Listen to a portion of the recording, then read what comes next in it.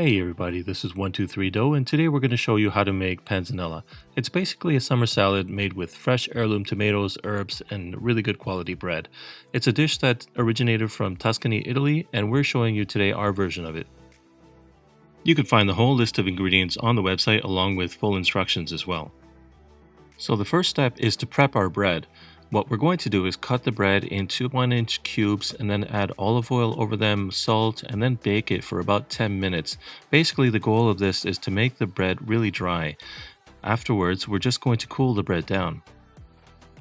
The next step is to extract the juice from the tomatoes. So we're basically dicing the tomatoes and then putting them into a strainer, after which we're going to add salt and mix it so that the salt actually extracts the juice from the tomatoes. It'll take about 10 minutes.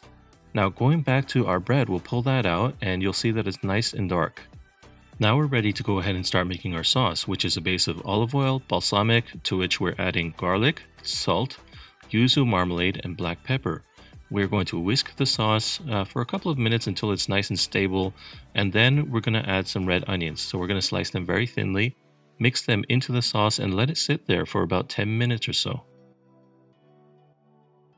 And we're almost ready to start putting everything together. So first we're going to chop some basil and put it into a bowl, and we're going to start adding everything back in. So first the diced tomatoes, and then the sauce with the red onions, and then the juice that was extracted from the tomatoes earlier. We like to wash the bowl with the juice. And then we're going to add the bread.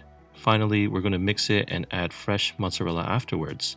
So we don't recommend eating the salad right away. It should be about 3 to 4 hours before the juice is fully absorbed by the bread, and after that it will taste absolutely delicious.